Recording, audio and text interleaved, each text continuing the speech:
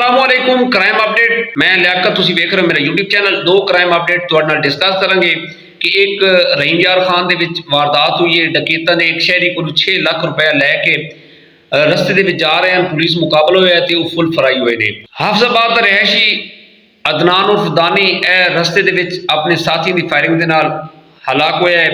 मुकम्मल तफसील दे नाल तुहाडे नाल डिस्कस करेंगे। साडे चैनल सबसक्राइब करो, कमेंट दे विच इज़हार ख्याल लाजमी करना। रहीम यार खान दे विच जिहड़ी वारदात हुई है बहुत बड़ी वारदात आई। इस दे विच जिहड़े डकैत हन वो 5 बंदियां ते मुश्तमिल हैं जनाब, और एक सिल्वर रंग दी गड्डी ऐसी जिस ते आए ने और शहरी दे कोलों इन्होंने 6 लाख रुपया जनाब गन पॉइंट ते जनाब छीने। और ये बाद दे विच 15 ते कॉल हुई, पुलिस हरकत दे विच आई। पुलिस ने जगह जगह ते नाके लाने शुरू कर दिए। कोट समाबा और तरंडा सवाए खान दी पुलिस ने जनाब नाकाबंदी की हुई सी। उत्थे निकलन लगे ने, पुलिस ने इन्होंने रोकया है, नहीं रुके। उत्थे फिर मुकाबला होया है। मुकाबले दे विच ये जिहड़े 5 डकैत आए ना ये फुल फराई हो गए ने। मकामी पुलिस ने इन्हां दियां लाशां और जिहड़ी गड्डी आई वो अपने कब्जे च लैके कार्रवाई शुरू कर दी। बाद दे विच उत्थे डीपीओ इरफान अली संभू साहब पहुंचे ने जनाब। उन्होंने प्रेस कॉन्फ्रेंस की है। उन्होंने जनाब गलबात की है कि एक शहरी के कोलों 6 लाख रुपया लुट के फरार हो रहे हैं। समाबा वाली साइड हुए जा रहे हैं जनाब कि अगे जाके नाकाबंदी हुई सी। उन्होंने रुकण का इशारा किया है, नहीं रुके, मुकाबला होया ते उस मुकाबले दे विच इन्हां दी हलाकत हो गई। शनाख्त जिहड़ी है डकैत है इन्हां दी अजे तक नहीं हो सकी।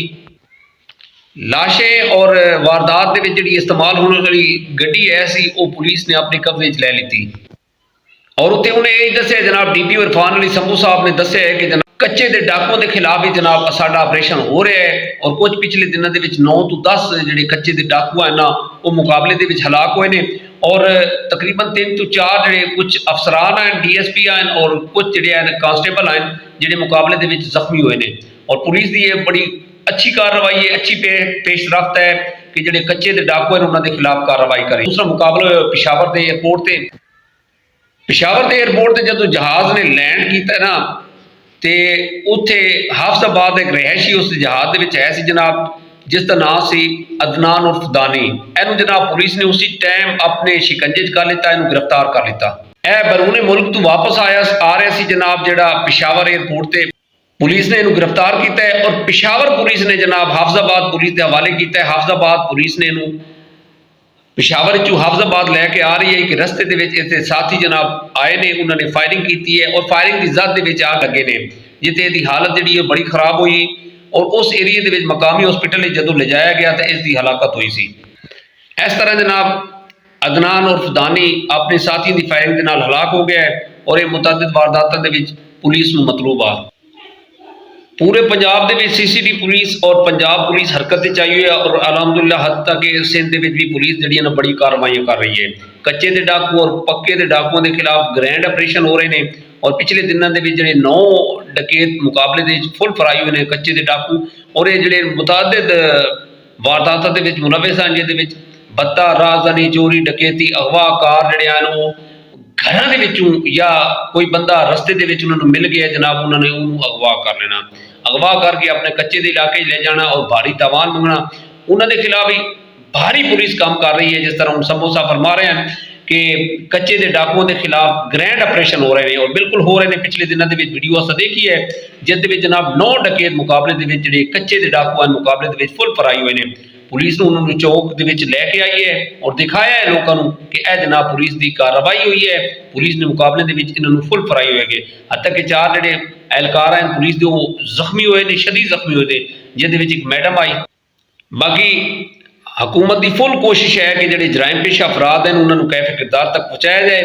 और नशे का जिहड़ा मनशियात फरोशी का काम कर रहे हैं उन्होंने खिलाफ भी धड़ ऑपरेशन हो रहे हैं, कार्रवाइयां हो रही हैं, जगह जगह छापे मारे जा रहे हैं और उन्होंने भी कैफे किरदार तक पहुँचाया जा रहा है। और यकीन करो कि ये जरूरी नहीं है कि तुसी कहोगे ना कि पुलिस अपने कोलू है कार्रवाइयां कर रही है। जनाब रिकॉर्ड याफ्ता और इन्हों की मुतअद्दिद वारदातां दे विच मुलविस होंदे ने और इन्हों की लिस्टां लैके फिर इन्हों के खिलाफ कार्रवाई की जाती है। साहिवाल, सरगोदा और हाफजाबाद, लाहौर, फैसलाबाद दे विच बड़ी कार्रवाई हो रही ने। और जिहड़े जराइम पेशा अफराद ने पहले जनाब इन्होंने मस्जिदों का रुख किया कि सानू अल्लाह वास्ते माफ़ किया जाए, असी दोबारा काम नहीं करांगे। लेकिन जदों CCD ने कार्रवाई की जिहड़े जराइम पेशा अफराद दूसरे आन डकैत वगैरह के खिलाफ कार्रवाइयां कीतियां ਫਿਰ ਇਹਨਾਂ ਨੇ ਹਰਕਤ 'ਚ ਆ ਗਏ, ਇਹਨਾਂ ਨੇ ਜਨਾਬ ਫਿਰ ਕਾਰਵਾਈ ਸ਼ੁਰੂ ਕਰ ਦਿੱਤੀ। ਸੀਸੀਟੀ ਦੇ ਜਿਹੜੇ ਡਾਇਰੈਕਟਰ ਨੇ ਸੁਹੇਲ ਜ਼ਫਰ ਚੱਠਾ ਸਾਹਿਬ ਨੇ ਪ੍ਰੈਸ ਕਾਨਫਰੰਸ ਕੀਤੀ, ਉਹਨਾਂ ਨੇ 72 ਘੰਟੇ ਦਾ ਅਲਟੀਮੇਟਮ ਦਿੱਤਾ ਕਿ 72 ਘੰਟੇ ਦੇ ਵਿੱਚ ਮਨਸ਼ਿਆਤ ਫਰੋਸ਼ ਜਿਹੜੇ ਉਹਨਾਂ ਦੇ ਖਿਲਾਫ ਢੇਰਾ ਤੰਗ ਕੀਤਾ ਜਾਏਗਾ, ਉਹਨਾਂ ਨੂੰ ਕੈਫ ਕਿਰਦਾਰ ਤੱਕ ਪਹੁੰਚਾਇਆ ਜਾਏਗਾ। ਔਰ ਅਲਹਮਦੁਲਿਲਾ 72 ਘੰਟੇ ਦੇ ਵਿੱਚ ਬੜੀਆਂ ਕਾਰਵਾਈਆਂ ਹੋਈਆਂ ਨੇ। ਸੀਸੀਟੀ ਪੁਲਿਸ ਨੇ ਬੜਾ ਕੰਮ ਕੀਤਾ ਹੈ ਔਰ ਪੰਜਾਬ ਪੁਲਿਸ ਉਹਨਾਂ ਦੇ ਸ਼ਾਨਾ ਬਸ਼ਾਨਾ ਕੰਮ ਕਰ ਰਹੀ ਹੈ। ਅਗਰ ਤੁਹਾਡੇ ਇਲਾਕੇ ਦੇ ਵਿੱਚ ਕੋਈ ਇਸ ਤਰ੍ਹਾਂ ਦਾ ਕਾਲਾ ਧੰਦਾ ਕਰ ਰਿਹਾ ਹੈ, ਮਨਸ਼ਿਆਤ ਫਰੋਸ਼ੀ ਦਾ ਕੰਮ ਕਰ ਰਿਹਾ ਹੈ ਜਾਂ ਕੋਈ ਹੋਰ ਚੋਰੀ ਡਕੈਤੀ ਦੇ ਵਿੱਚ ਬੰਦਾ ਮੁਲਵਿਸ ਹੈ, 15 ਤੇ ਕਾਲ ਕਰੋ ਜਾਂ ਜਿਹੜੀ ਸੀਸੀਟੀ ਦੀ ਹੈਲਪਲਾਈਨ ਹੈ ਉਸ ਤੇ ਰਾਬਤਾ ਕਰੋ ਔਰ ਉਸ ਦੀ ਕੰਪਲੇਨ ਕਰੋ ताकि सीसीटी और पंजाब पुलिस बर वक्त कार्रवाई करे और ਜਿਹੜੇ ਜਰਾਇਮ पेशा अफराद हैं ਉਹਨਾਂ ਨੂੰ ਟਿਕਾਣੇ ਲਾਏ और ताकि ਇਹ दूसरे का परेशानी ना बने। इसे पैगाम ਦੇ ਨਾਲ ਸਾਨੂੰ इजाजत दो। अपना ढेर सारा ख्याल रखा है। खुदा हाफिज।